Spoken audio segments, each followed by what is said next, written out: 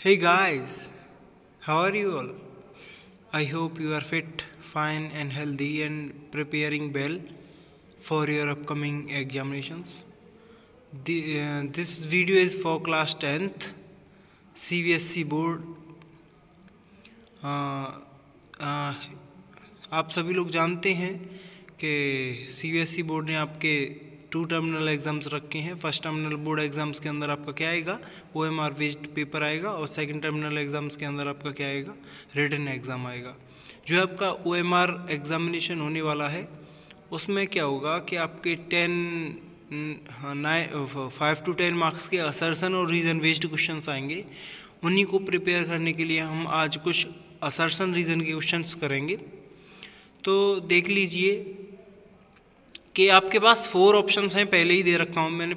हर question के नीचे मैंने ऑप्शन नहीं दिए हैं, पहले ही मैंने दे दिए हैं 4 ऑप्शंस आपके लिए। तो आपको ये 4 ऑप्शंस दे रखे होंगे। पहला आपको टिक करना है तब जब आपको असर्शन और रीज़न दोनों ही ट्रू हैं और जो रीज़न है वो करेक्ट एक्सप्रेशन है किसका, असर्शन का। और दूसरा आपको जब टिक करना है तब आपके पास असर्शन और रीज़न दोनों ही ट्रू हों लेकिन रीज़न करेक्ट एक्सप्लेनेशन ना हो असर्शन का। और थर्ड वाला आपको जब तब टिक करना है तब आपके पास असर्शन तो ट्रू हो लेकिन रीज़न फॉल्स हो। आपको डी वाला टिक तब करना है तब आपको असर्शन तो गलत दे रखा हो लेकिन रीज़न ट्रू दे रखा हो। तो इसी के चलिए स्टार्ट करते हैं अपना पहला असर्शन रीज़न का क्वेश्चन। पहला क्वेश्चन है हमारा assertion, the centre of curvature is not a part of the mirror, it lies outside reflecting surface. देखिए, आप मिरर को भली भांति जानते होंगे। आप एक बार मिरर की इमेज देख लीजिए कैसी है। देखिए, ये मिरर की इमेज है आपके पास।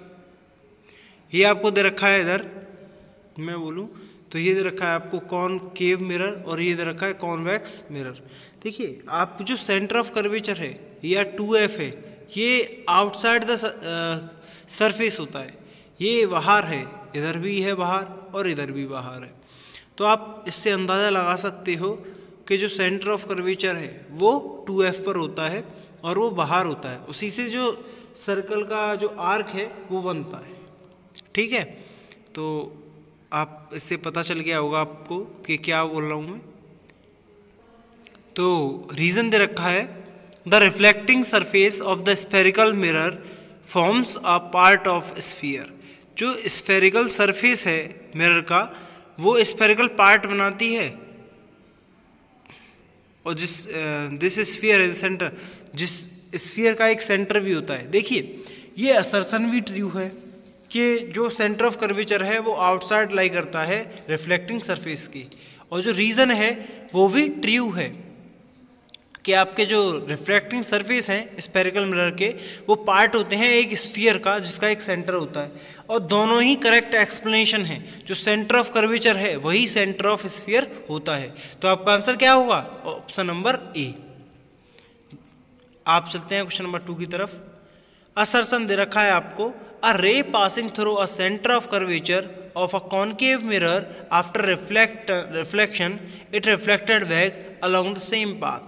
देखिए, एक रे है जो कि सेंटर ऑफ कर्वेचर से जा रही है कॉनकेव मिरर तक और वो वापस उसी पोजीशन में आ रही है, सेंटर ऑफ कर्वेचर से ही वापस आ रही है उसके सरफेस से टकराने के बाद। तो ये बात सही है या गलत है, ये आपने लॉ पढ़ा होगा, रूल्स हैं कुछ इमेज फॉर्मेशन के, वहाँ आपको दे रखा होता है। अगर सेंटर ऑफ कर्वेचर से आप पास करते हो किसी भी इमेज को, सेंटर ऑफ कर्वेचर से पास करने पर ये दे रखा है, ये सेंटर ऑफ कर्वेचर, इससे मैं कभी भी पास करूँगा तो ये जैसे ही जाएगी वैसे ही वापस आ जाएगी। तो ये बात सही है। तो आगे चलते हैं रीज़न की तरफ। The incident ray fall on the mirror always along the normal to the reflecting surface. देखिए, जो इंसिडेंट रे है मिरर पर फॉल करती है, किस पे फॉल करती है, मिरर पर फॉल करती है along normal to the reflecting surface, reflecting surface के नॉर्मल के हिसाब से। तो ये भी करेक्ट है और ये करेक्ट एक्सप्लेनेशन भी उसका ही है कि अगर नॉर्मल डालोगे इंसिडेंट रे को तो रिफ्लेक्टिंग सरफेस पर वो नॉर्मली एक्ट करेगी और वापस आ जाएगी। तो वही दे रखे हैं, दोनों ही ऑप्शन हमारे सही हैं, असर्शन भी सही है, रीज़न भी सही है, तो दोनों ही करेक्ट एक्सप्लेनेशन है। जो आपको दे रखा है वो वैक होने का वो रीज़न यही है कि नॉर्मल पड़ती है रे, इंसिडेंट रे आपकी इंसिडेंट रे नॉर्मल पड़ती है और वापस चली जाती है। आगे चलते हैं क्वेश्चन नंबर 3 की तरफ। असर्शन दे रखा है आपको, light does not travel in the same direction in all mediums. देखिए लाइट एक ही डायरेक्शन में नहीं चल सकती हर मीडियम के अंदर। आपको रीजन दे रखा है, the speed of light does not change as it's enter from one transparent medium to another. देखिए ये दे रखा है कि स्पीड ऑफ लाइट चेंज नहीं होती है एक जगह से, मतलब क्या कह रहा है कि स्पीड ऑफ लाइट चेंज नहीं होती है आपकी जब एक मीडियम से, एक ट्रांसपेरेंट मीडियम से दूसरे ट्रांसपेरेंट मीडियम में जाती है तो ये तो सरासर गलत है कि आपकी जब ट्रांसपेरेंट मीडियम में लाइट जाती है तो वो डायरेक्शन भी चेंज करती है और उसकी स्पीड चेंज होती है, इसी वजह से डायरेक्शन चेंज होती है। तो देखिए पहला वाला तो असर्शन तो ट्रू है लेकिन रीज़न गलत है, तो आपका ऑप्शन हो गया सी। आगे चलते हैं क्वेश्चन नंबर 4 की तरफ। Assertion, the emergent ray is parallel to the direction of the incident ray. ये दे रखा है द इमर्जेंट रे, जो इमर्जेंट रे आपको जब ये हो गया ट्रांसपेरेंट मीडियम, ये रियर मीडियम और ये डेंसर मीडियम था, तो इससे अब जो लाइट आती थी नॉर्मल से जाके ऐसे चली जाती थी, फिर यहाँ से निकल जाती थी, इमर्जेंट रे बन जाती थी।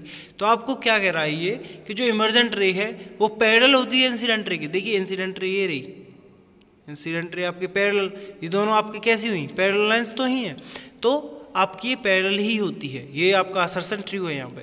तो रीज़न दे रखा है, the extent of bending of the रे of light at the opposite parallel faces air glass interface and glass air interface of these rectangular glass slabs is equal and opposite। देखिए ये बोल रहा है कि जो एक्सटेंड ऑफ बेंडिंग की extend है वो अपोजिट है दोनों फेसेस की। देखिए जैसे कि आप इस फेस से आ रहे हो, ऊपर वाले फेस से आ रहे हो, तो आपकी क्या होगी, बेंड होगी अंदर की तरफ, ये बाहर जाएगी। तो यहाँ पर क्या हो रहा है, अंदर की तरफ बेंड हो रही है और यहाँ क्या हो रहा है, बाहर की तरफ बेंड हो रही है। तो यहाँ से आपको यही दे रखा है कि इक्वल एंड अपोजिट, इक्वल और अपोजिट ही चेंज होगा। हाँ ये इक्वल और अपोजिट ही चेंज होगा, क्यों कि due to refractive index same, ये पेयर जो मीडियम है, एयर है या फिर जो कुछ भी है, एयर और ग्लास का पेयर बन रहा है, तो ये हमेशा सेम रिफ्रैक्टिव इंडेक्स ही शो करेगा चाहे कोई सा भी एंगल हो। तो ये आपका असर्शन भी ट्रू है और आपका रीज़न भी ट्रू है। आपका क्वेश्चन 4, ये आपका ऑप्शन आएगा ए। क्वेश्चन नंबर 5 की तरफ चलते हैं। अब a ray of light travelling from a rarer medium to a denser medium slows down and bends away from the normal. When it travels from a denser medium to a rarer medium it speeds up and bends the normal. देखिए bends towards the normal, ये दे रखा है एक ray of light travelling from rarer to denser medium, rarer से denser medium में जा रही है, स्लोज डाउन, उसकी स्पीड कम होती है, अवे फ्रॉम द नॉर्मल।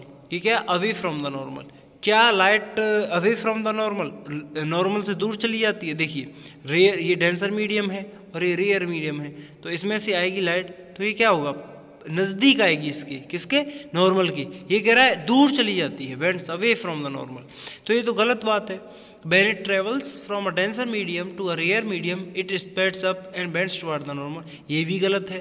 तब आपकी डेंसर से रेयर में जाती है तो दूर चली जाती है, अवे चली जाती है, तो आपका असर्शन यहाँ पे सीधा ही गलत हो गया।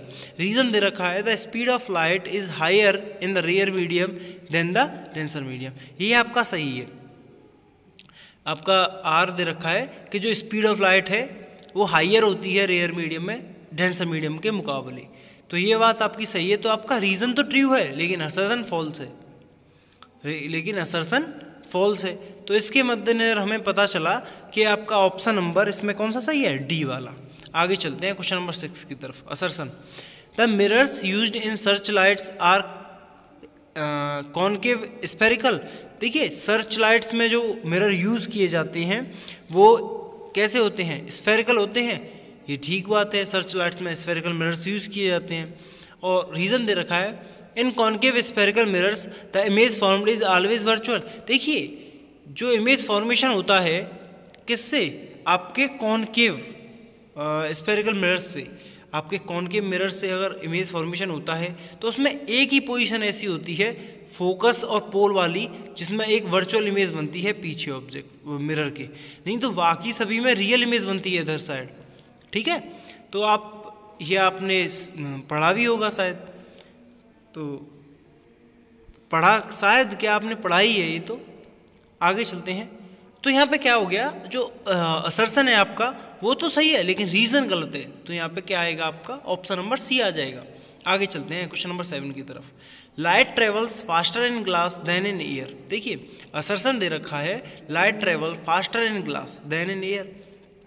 यहाँ पूछा है, यहाँ बोल रहा है कि लाइट ग्लास में तेज़ी से चल सकती है बजाय एयर की। देखिए ये तो गलत ही हो गया, लाइट रेयर मीडियम में तेज चलती है ना कि डेंसर मीडियम में। तो ग्लास क्या है यहाँ पे, डेंसर मीडियम, एयर क्या है, रेयर मीडियम, तो ये तो गलत हो गया आपका। आगे रीजन दे रखा है glass is denser then air. देखिए रीजन तो आपका सही है, रीजन नहीं, रीजन भी गलत है, रीजन भी आपका इससे मिलता जुलता ही नहीं है, रीजन भी आपका गलत है। तो आपका क्या आएगा ऑप्शन नंबर डी, ना तो सॉरी रीजन सही है, मैं कह रहा था रीजन गलत है, असर्शन गलत है, रीजन सही है। देखिए ग्लास डेंसर होता है एयर से, ये तो सही बात है, लेकिन जो लाइट है वो एयर में फास्टर मूव करती है बजाय ग्लास के। तो आपका ऑप्शन नंबर क्या आ जाएगा, डी। आगे चलते हैं क्वेश्चन नंबर 8 की तरफ। Assertion for observing traffic at back the driver mirror is convex mirror. देखिए जो ड्राइवर मिरर होता है वो ट्रैफिक देखने के लिए, जो side view rear view mirror होता है, जो पीछे देखने के लिए मिरर होता है, जो बाइक्स में लगा रहता है या फिर गाड़ियों में लगा रहता है साइड में, कार्स में, तो वहाँ आपने देखा होगा कि वो कौन सा मिरर होता है, तो वो होता है कॉन्वेक्स मिरर। तो ये बात तो आपकी सही है कि वो कॉन्वेक्स मिरर होता है, तो असर्शन आपका सही हो गया। रीजन दे रखा है एक convex mirror has much larger field of view than a plane mirror. देखिए ये दे रखा है कि कॉन्वेक्स मिरर का मच लार्जर व्यू फील्ड होता है, पीछे वो ज़्यादा देख सकता है, ज़्यादा एरिया में देख सकता है बजाय एक प्लेन मिरर के, ये भी ठीक बात है। तो आपके ऑप्शन नंबर 8 में आ गया ऑप्शन नंबर ए। आगे चलते हैं क्वेश्चन नंबर 9। असर्शन दे रखा है mirror formula can be applied to a plane mirror. देखिए मिरर फॉर्मूला प्लेन मिरर के लिए अप्लाई हो सकता है, ये सही बात है। रीजन दे रखा है a plane mirror is a spherical mirror of infinity focal length. देखिए जो रीजन दे रखा है ये भी सही है, प्लेन मिरर की अगर मान लो एक रेडियस है या फिर फोकल लेंथ है वो इन्फिनिटी कर दो, तो वो स्फेरिकल मिरर की फोकल लेंथ को इन्फिनिटी करने पर वो क्या बन जाता है, प्लेन बन जाता है। तो ये भी सही है, आपका ऑप्शन हो गया यहाँ पे ई। आगे चलते हैं question number 10। Assertion it is not possible to see a virtual image by eye. देखिए 10वां क्वेश्चन दे रखा है इट इज़ नॉट पॉसिबल, ये पॉसिबल ही नहीं हो सकता कि आप वर्चुअल इमेज को अपनी आँख से देख सको। देखिए ये तो गलत हो गया, ये तो गलत बात है। हम तो डेली अपने चेहरे को आप जब भी मेकअप वगैरह करती हैं, लड़कियां मेकअप करती हैं, लड़के भी सवर के जाते हैं आजकल। तो आप जब कभी भी मिरर के सामने आते हो आप अपनी वर्चुअल इमेज तो देखते हो, मिरर के अंदर क्या दिखता है, वर्चुअल इमेज दिखती है ना। तो ये तो गलत हो गया असर्शन, ये कह रहा है कि नहीं दिखती है, हम कह रहे हैं दिखती है। तो रीज़न दे रखा है the rays that seem to emanate from virtual image not in fact emanates from the image. Emanates, देखिए इमिनेट्स, हाँ इमिनेट्स बोलेंगे से। तो ये बोल रहा है कि जो इमेज रेज आ रही हैं कहाँ से निकलती हैं, वर्चुअल इमेज से, वो इनफैक्ट इमेज से नहीं निकलती हैं, वो इमेज से नहीं निकलती हैं, वो तो टकरा के वापस आ रही हैं मिरर से। तो ये सही बात है, रीज़न तो सही है लेकिन असर्शन रॉन्ग गया। तो आपका ऑप्शन हो गया डी। आगे चलते हैं question number 11। When the object moves with velocity 2 metre per second its image in the plane mirror moves with the velocity of 4 metre per second.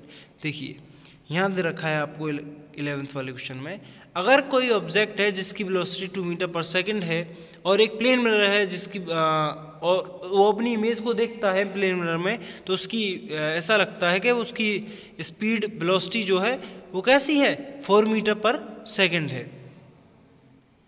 देखिए क्यों ऐसा क्यों हो रहा है, ऐसा इसलिए हो रहा है जब भी आप देखोगे प्लेन मिरर को तो आप यहाँ खड़े हो और आपकी इमेज यहाँ बन रही है उतनी ही दूर, तो आप मिरर की तरफ चल रहे हो 2 मीटर पर सेकंड की रफ्तार से, तो इमेज भी मिरर की तरफ 2 मीटर पर सेकंड की रफ्तार से चलेगी। तब 2 मीटर और 2 मीटर दोनों ही एक सेम डायरेक्शन में, मतलब अपोजिट डायरेक्शन में आ रहे हैं, तो यहाँ ये स्पीड प्लस हो जाती है, तो आपको मिलेगा 4 मीटर पर सेकंड। तो ऐसा लगेगा आपको आपकी इमेज 4 मीटर पर सेकंड की स्पीड से आ रही है आपकी तरफ। ठीक है, तो ये हो गया आपका असर्शन, तो आपका सही है। The image formed by a plane mirror is as far behind the mirror is object in front of it. देखिए जो इमेज बनेगी प्लेन मिरर के द्वारा वो कैसी, वो मिरर के पीछे ही तो बनेगी, ऑब्जेक्ट जिसे देख सके, जिससे कि ऑब्जेक्ट उसके सामने हो तो वो पीछे बनती है इमेज, तो ये भी सही है। तो आपका यहाँ पे ऑप्शन हो गया ए। आगे चलते हैं question number 12। Assertion the height of an object is always considered positive. देखिए जो हाइट है ऑब्जेक्ट की वो हमेशा कैसी कंसीडर की जाती है, पॉजिटिव की जाती है। देखिए मैंने आपको कई बार बताया है, सॉरी मैंने नहीं बताया, अभी बता रहा हूँ। देखिए आपको जो हाइट ऊपर ली जाती है प्रिंसिपल एक्सिस से वो हमेशा कैसी रहती है, पॉजिटिव रहती है, और जो नीचे ली जाती है प्रिंसिपल एक्सिस के वो क्या रहती है, नेगेटिव रहती है। अगर आप मिरर के लेफ्ट में चलोगे, किधर लेफ्ट में, तो आप नेगेटिव डिस्टेंस ट्रेवल करोगे। अगर मिरर के पॉजिटिव में चलोगे तो आप कैसी राइट में चलोगे तो कैसी मिलेगी, पॉजिटिव डिस्टेंस मिलेगी। तो ये 4 बातें आपको याद रखनी है, तो आप आसानी से कर सकते हो ऐसे क्वेश्चंस को। जो हाइट है ऑब्जेक्ट की वो हमेशा प्रिंसिपल एक्सिस के ऊपर होती है तो पॉजिटिव होगी, तो असर्शन सही हो गया। The object is always placed above the principal axis in this upward direction, ये भी सही है। देखिए अपवर्ड डायरेक्शन में ही होता है, और ये भी सही है, असर्शन भी सही है, रीजन भी करेक्ट है, एक्सप्लेनेशन है उसका। तो यहाँ पे आपका ऑप्शन आ गया A. Question number 13। Question number 13 बोल रहा है कि assertion concave mirrors are used as a makeup mirrors. जो कॉनकेव मिरर होते हैं वो कैसे यूज किए जाते हैं, मेकअप मिरर्स की तरह।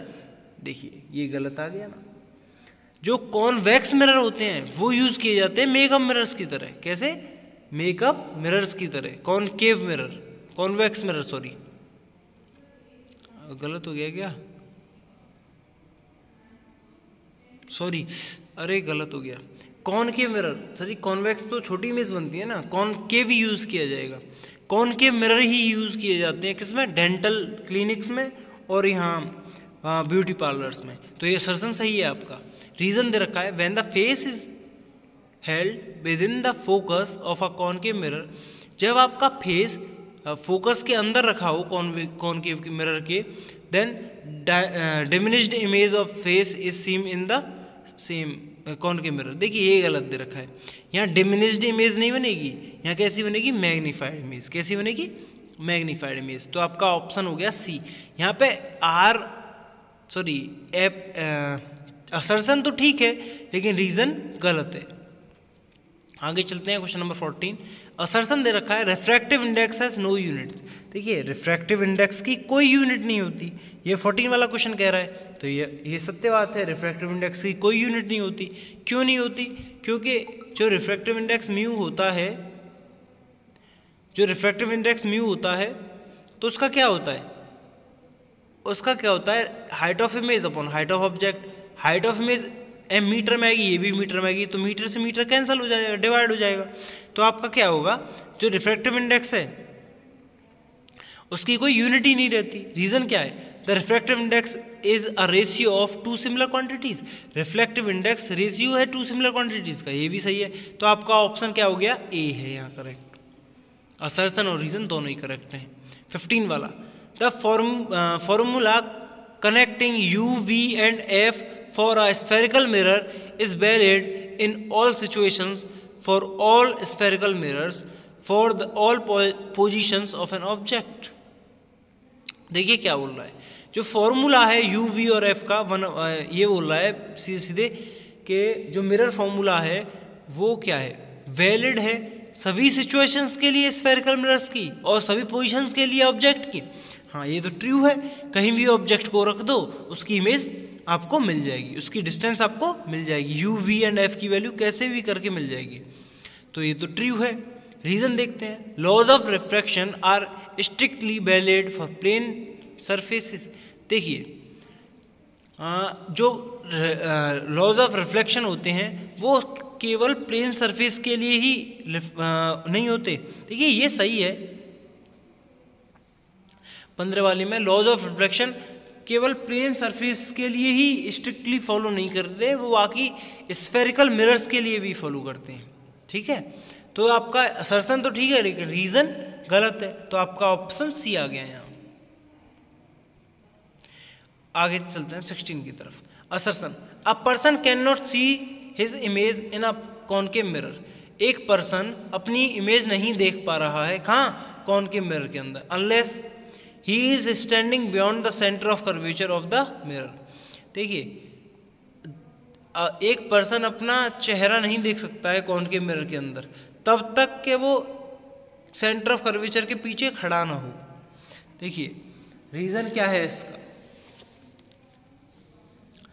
देखिए रीज़न सिंपल है, ये 16 वाला है, ये आपका असर्शन जो है ना ये करेक्ट है।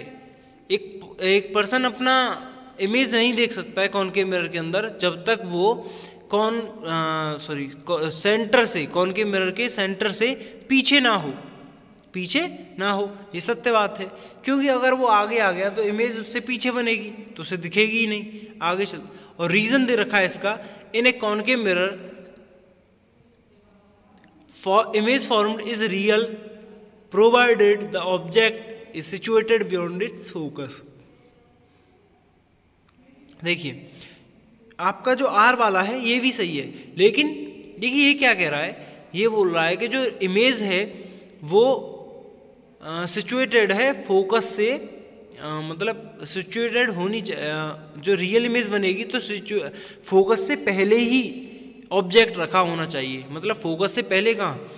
फोकस और इन्फिनिटी के बीच में रखा होना चाहिए, फोकस और पोल के बीच में ना रखा हो। देखिए यहाँ रखा होना चाहिए, ये फोकस है और ये पोल है और ये इन्फिनिटी है, तो फोकस और इन्फिनिटी से इन्फिनिटी तक ही यहाँ सीमित है ये जगह। इस जगह रखा होगा तो वर्चुअल इमेज बनेगी। तो वो बोल रहा है रियल इमेज कब बनेगी। देखिए दोनों ही सही है, लेकिन दोनों ही एक दूसरे के जो रीज़न है वो करेक्ट नहीं है, रीज़न करेक्ट नहीं है, तो ऑप्शन बी आ गया यहाँ पे। Question number 17, virtual image are always erect. ये तो सही बात है, वर्चुअल इमेज हमेशा कैसी होती हैं? इरेक्ट होती हैं। रीज़न दे रखा है virtual images are formed by diverging lenses only. देखिए ये गलत है, डाइवर्जिंग लेंसेज के द्वारा ही नहीं बनाई जाती है ना, तो ये आपका गलत हो गया है। तो आपका ऑप्शन होगा यहाँ पर ऑप्शन नंबर सी।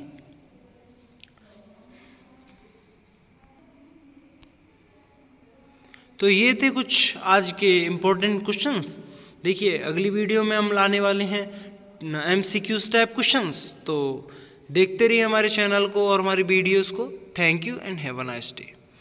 अगर आप मेंबर बनना चाहते हैं चैनल का तो सब्सक्राइब करके आप बन सकते हैं। आप ये चाहते हैं आपको डेली PDFs दूँ मैं इन वीडियोज़ की, तो आप अपने हमारे टेलीग्राम चैनल AMIQ एजुकेशन से डाउनलोड कर सकते हैं। Thank you and have a nice day.